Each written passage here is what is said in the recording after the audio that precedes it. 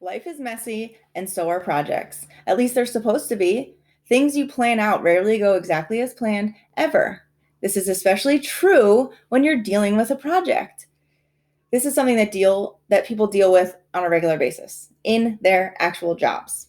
This is stressful in this setting for you because I've come to find out you rarely may be given the opportunity to get real life experience at school.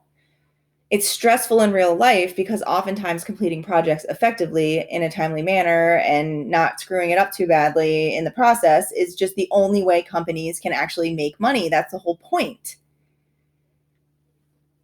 In our project, I have planned the timeline so that there's time for it to be messy and there's time for us to go back and revisit things that we think are done because it's not up to standards or something's wrong and that's often due to something we didn't plan for in the first place. It is a reality that if that happens, which it does happen in real life all the time, it might hold up or even trash parts of a project that have already been done. That's okay. That's what happens.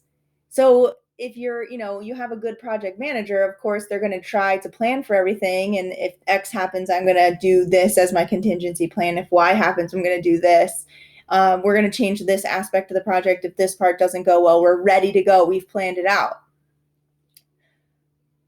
But obviously not everything can be accounted for all the time. So it just the fact that you have a timeline and you have a list of things to do does not mean that this is just item 1, item 2, item 3, item 4, done, done, done, done, done. Sometimes you have to go back and fix and tweak and change and scrap things. And it is what it is. And it's a cyclical process because it is real life happening to you. Okay.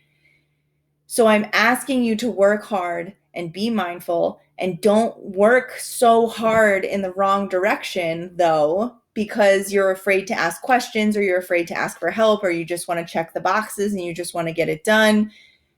Don't rush ahead of the timeline to just get it done because either that is what's going to make your grade suffer or you're going to have to go back and do it and redo it.